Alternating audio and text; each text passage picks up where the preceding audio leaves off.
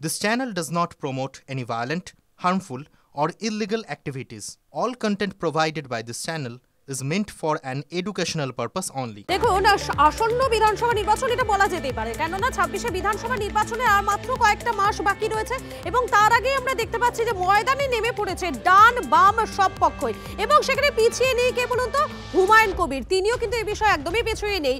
তার লক্ষ্য অবশ্যই যে 26-এর ভোট। বাবরি মসজিদের ভিত্তিপ্রস্তর স্থাপনের পর মেরুকরণের রাজনীতি আরও শান দিলেন হুমায়ুন কবির। ব্রিগেডে গীতা পাঠের পাল্টা হিসেবে কোরআন পাঠের আয়োজন করবেন বলে জানিয়ে দিয়েছেন তিনি। বাংলা দখলের জন্য গীতা পাঠ করছে বিজেপি। মুসলিম প্রার্থীদের বেশি সিট জেতার জন্য মুর্শিদাবাদে লক্ষ্য কণ্ঠে কোরআন পাঠের উদ্যোগ নিচ্ছে ভরতপুরের বিধায়ক। ওরা দীর্ঘদিন ধরে রাম মন্দিরের এজেন্ডা নিয়ে ক্ষমতায় এসছে, 19টা রাজ্য দখল করেছে। বাংলা দখল করার জন্য তারা গীতা পাঠ করছে। আমি আগামী দিনে মুসলমানদের বেশি বেশি করে বিধানসভায় সিট জেতার জন্য কোরআন পাঠেরও আয়োজন করব। কোরআন পাঠ হবে, লাখো লোক নিয়ে কোরআন পাঠ হবে, তাদেরকে আরামসে খাওয়া দাওয়া করিয়ে দিনভর মুর্শিদাবাদে কোরআন পাঠের আয়োজন। আজকে 5 লক্ষ কণ্ঠে গীতা পাঠ, আমি 1 লক্ষ হাফেজকে দিয়ে কোরআন পাঠ করাবো। 1 লক্ষ।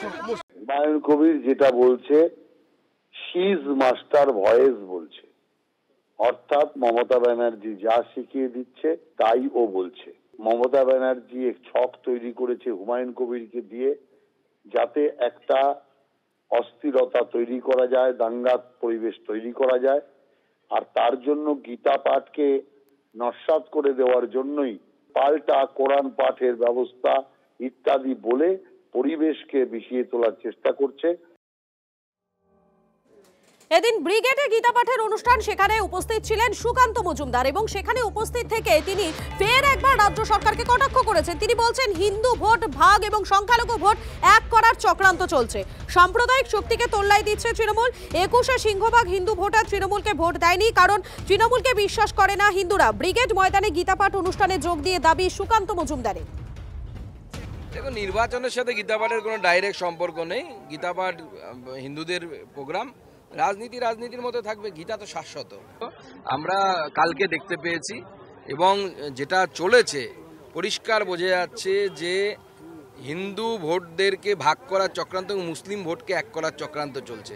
আর যেটা হচ্ছে তার জন্য দায়ী হচ্ছে মমতা বন্দ্যোপাধ্যায় এই ধরনের ফ্যানাটিক শক্তিকে, সাম্প্রদায়িক শক্তিকে বরাবর তাকে তোল্লা দিয়ে এইভাবে উপরে তুলেছে। না, 21-এর ভোটেও পড়েছিল। 21-এর ভোটে তো ভোট কারা দিয়েছে? মমতা বন্দ্যোপাধ্যায়কে তো সিংহভাগ হিন্দু ভোট দেয়নি। হিন্দুরা মমতা বন্দ্যোপাধ্যায়কে বিশ্বাস করে না, জানে যে জবাই করবে। বাবরি মসজিদ একটা শ্রদ্ধার জায়গা, যেখানে সেখানে বাবরি মসজিদ করলেই বাবরি মসজিদের স্মৃতিটাকে মুছে দেওয়া যায় না। 6ই ডিসেম্বর ভারতবর্ষের সংবিধানের জন্য একটা কালো দিন।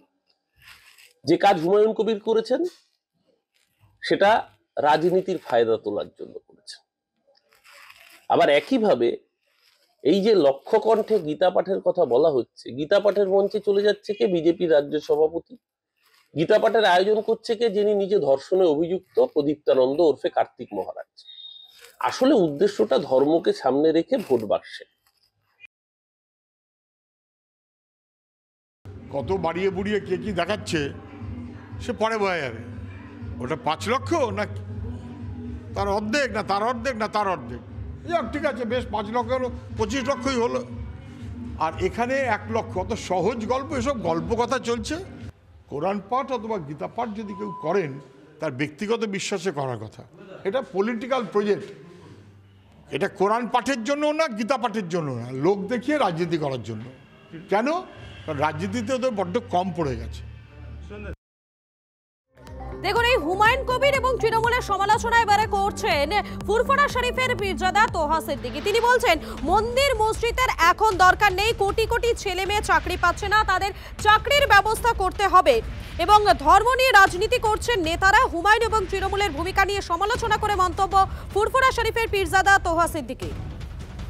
বাবরি মসজিদের এখন দরকার নেই, আর মন্দিরও দরকার নেই। হ্যাঁ, যেখানে দরকার সেখানে হোক, ঠিক আছে। আর কোটি কোটি ছেলেমেয়েরা চাকরি পাচ্ছে না, তাদের ব্যবস্থা করতে বলুন। রাজনীতির নেতা নেত্রীরা চালাকি ধরেছে, এরা মানুষকে বিপদে পরিচালনা করছে। মানুষ যারা উন্নয়ন করবে তাদের পাশে থাকবে, যারা মানুষকে ভণ্ডম করবে তাদের পাশে থাকবে না, যারা মানুষকে দ্বিচারিতা করবে তাদের পাশে থাকবে না। বহুত এমএলএ তারা তার এলাকায় 2 নম্বরই কাজ করছে, সাপের মুখে চুমু দিচ্ছে, ব্যাগর মতো চুমু দিচ্ছে, হিন্দুর সঙ্গে মুসলমানদের লেলিয়ে দিচ্ছে, মুসলমানকে হিন্দুর সঙ্গে লেলিয়ে দিচ্ছে। এদের গলায় পা দেবে 2026-এ সম্প্রীতি হিন্দুরা এদের গলায়, মুসলমানরা এদের গলায় পা দেবে। আর এবার আপনাদেরকে আরো একটা ছবি দেখাবো। আলিপুরদুয়ার জেলা হাসপাতালে মর্গে পড়ছে দাবিদারহীন দেহ। জেলা হাসপাতালে মর্গে এখনো পর্যন্ত আমরা যা খবর পেয়েছি 8টা দেহ পড়ছে। ইতিমধ্যেই 2 জনকে ভর্তি করে দেহ নেয়নি পরিবার। বাংলাদেশি হওয়ায় দেহ না নিয়ে উধাও হয়েছে পরিবার, এমনটাই সন্দেহ করা হচ্ছে। মর্গে দেহ পড়ে থাকার সমস্যায় হাসপাতাল কর্তৃপক্ষ। এর আগেও 18টা দেহ মর্গে পড়ে থাকায় হাসপাতালে দূষণ বেড়েছিল, আর এবার পরিস্থিতি আরো জটিল। পেশেন্ট পার্টি এসে পেশেন্ট ভর্তি করেছে, পেশেন্টের সাথে ছিল, অথচ যখন মারা যাওয়ার পরে ডেড বডি ক্লেম করার জন্য আর কেউ নেই। আমরা ফোন নম্বর যেগুলো দিচ্ছে ফোনে কথা বলছি, তারা ফোন ধরছে না বা ধরে বলছে যে না আমরা বডি নেব না।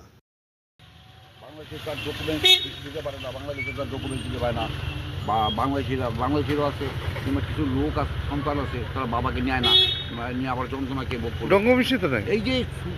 এই টোটাল দায়টা পড়ে গেল হসপিটালের উপরে। এটা আমি দীর্ঘ 25-30 বছর হসপিটালে কাজ করছি, তো আমি জানি